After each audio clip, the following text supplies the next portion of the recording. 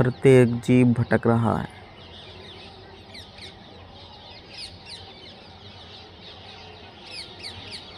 किसी को कहीं संतुष्टि नहीं है। व्यक्ति जीवन के हर स्तर तक हर कामयाबी को पाने के बाद भी भीतर से खाली है, क्योंकि बाहर तो चीज़ें उसे मिल जाती हैं, लेकिन भीतर कुछ भी नहीं मिलता। बाहर की कामयाबी तुम्हारे भीतर तक नहीं जाती। भीतर तो होते हो केवल तुम अकेले। बाहर से तुम्हें हजारों लाखों लोग थामने वाले मिल जाएंगे, लेकिन तुम्हें भीतर से कौन थामेगा? भीतर शांति कैसे होगी? तुम्हारे पास करोड़ों धन संपत्तियां हैं, फिर भी और की चाह है, संतुष्टि नहीं है। करोड़ों को बचाने के चक्कर में असंतुष्टि से लगे हुए हो। करोड़ों की सुरक्षा के लिए अलग इंतजाम है, अलग बेचैनी और निराली बढ़ के जाती है। तुम्हारे भीतर कामयाबी के साथ साथ तुम्हारा मन शांत होने की जगह और अशांत होता चला जाता है, क्योंकि तुम बाहर की गोटियां तो बटोरने में लग जाते हो, अंदर की गोटी का ख्याल भूल जाते हो, संतुष्टि का ख्याल भूल जाते हो, मन की तृप्ति का ख्याल भूल जाते हो। गधों की तरह रेस में दौड़ते चले जाते हो और दौड़ते ही चले जाते हो। रुकने का तो तुम्हें कोई एहसास नहीं, रुकने की तो तुम्हें कोई सुध नहीं, ठहरने का कोई अनुभव नहीं, ठहराव की शांति तुम्हारे भीतर नहीं।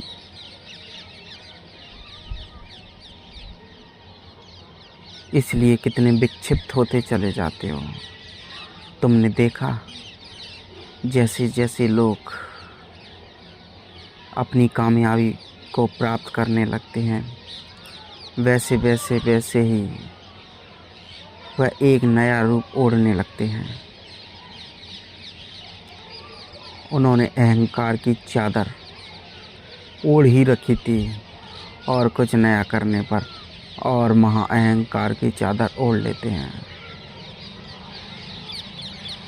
अबे तो सब कुछ जानते हुए भी एक दिन कुछ भी नहीं बचेगा, तुम तबाह हो जाओगे। तुम्हारी समस्त बाहरी चीज़ें यहीं पड़ी रह जाएंगी। लेकिन बेवकूफ़ फिर भी ये सोचते हैं कि मुझे लोग याद रखेंगे, मैंने ऐसा किया, मैंने वैसा किया, मैं इतना सफल रहा। आज सिवाय किसी को अपनी सफलता के अलावा किसी के बारे में सोचने तक का टाइम नहीं है, तो तुम्हें कौन याद रखेगा? एक दिन तुम भुला भी दिए जाओगे, और याद रख भी लेंगे तो तुम्हें क्या मिल जाएगा? क्योंकि निश्चित ही एक शरीर से छूटोगे, तुम दूसरे शरीर में हो जाओगे। कुत्ते, बिल्ली, गाय, घोड़ा, भैंस या कोई पुनः किसी आदमी, महिला, पुरुष का जीवन तुम्हें मिल जाएगा, परंतु तुम वह नहीं रहोगे जो इसके पहले जन्म में तुम थे। तो लोग जो पहले जन्म में तुम थे उन्हें कभी कभी याद करेंगे भी, तो इससे तुम जो पुनः अन्य जन्म में पहुंच जाओगे उसका क्या वास्ता? तुम तो गधे ही हो, तुम गधे बन गए हो। अब तुम्हारा उस पूर्ण शरीर से कोई नाता नहीं, तुम्हारी स्मृति भूल गई है। ऐसे ही सब दौड़ते चले जा रहे हैं। गधों के साथ साथ बैल, हाथी, घोड़े भी गधे हो गए हैं। तुम्हें बुद्धि दी गई है इसका उपयोग करने के लिए, लेकिन तुम ऐसी मूर्खताएं करते हो कि एक लोटा जल चढ़ा लेने से तुम्हारे सारे पाप धुल जाएंगे, कि किसी मंदिर मस्जिद में जाकर तुम पवित्र हो जाओगे। किसी के साथ किसी का मन दुखा दिया, चाल फरेबी कर दी, किसी को मार दिया, मार काट के खा लिया, और जाके मंदिर में ढोक लगाने से कुछ भी ना होगा।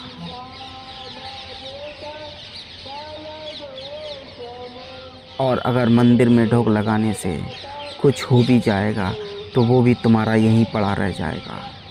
क्या लेके जाओगे साथ में? तुम्हारा मंदिर भी साथ नहीं जाएगा। इसीलिए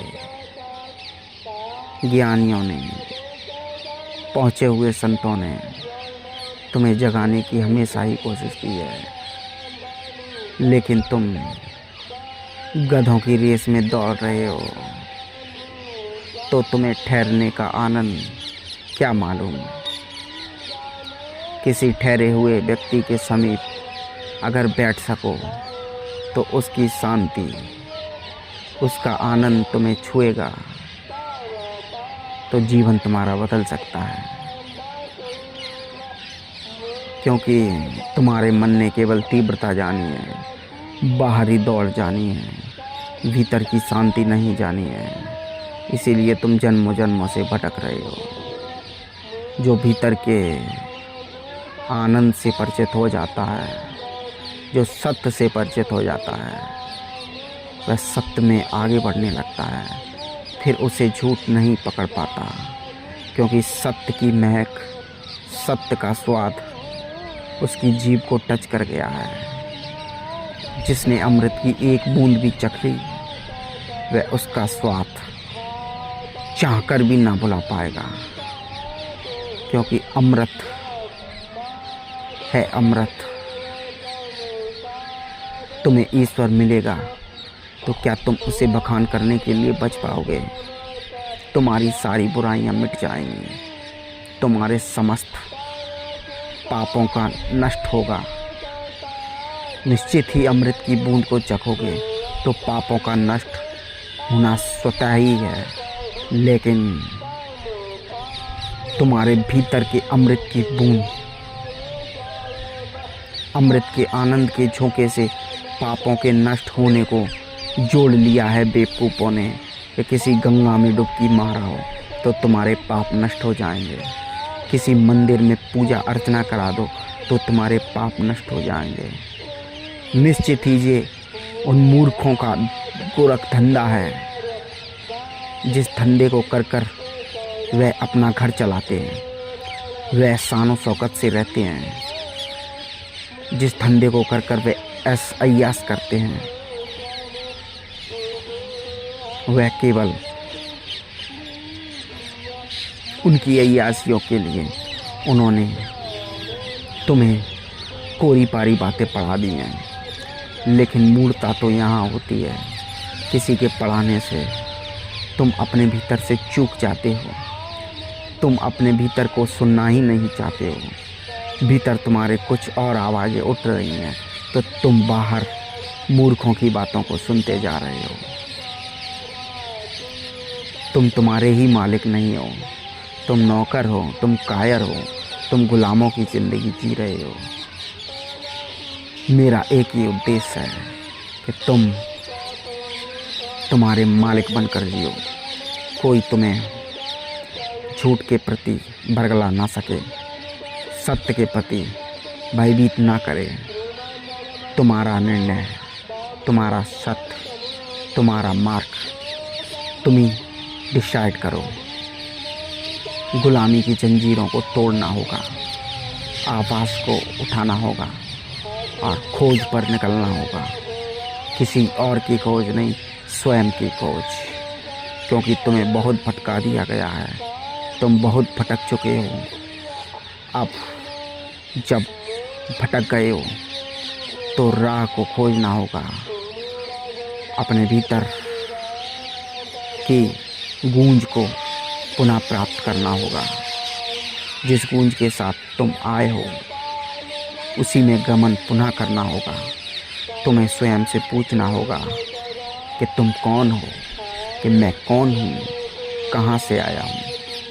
तीव्रता से निश्चित रूप से तुम्हें जवाब मिलने लगेंगे। तुम्हारी तीव्रता खुद को, सत्य को जानने की जितनी अधिक होगी उतनी ही जल्दी तुम सत्य को जानने लगोगे।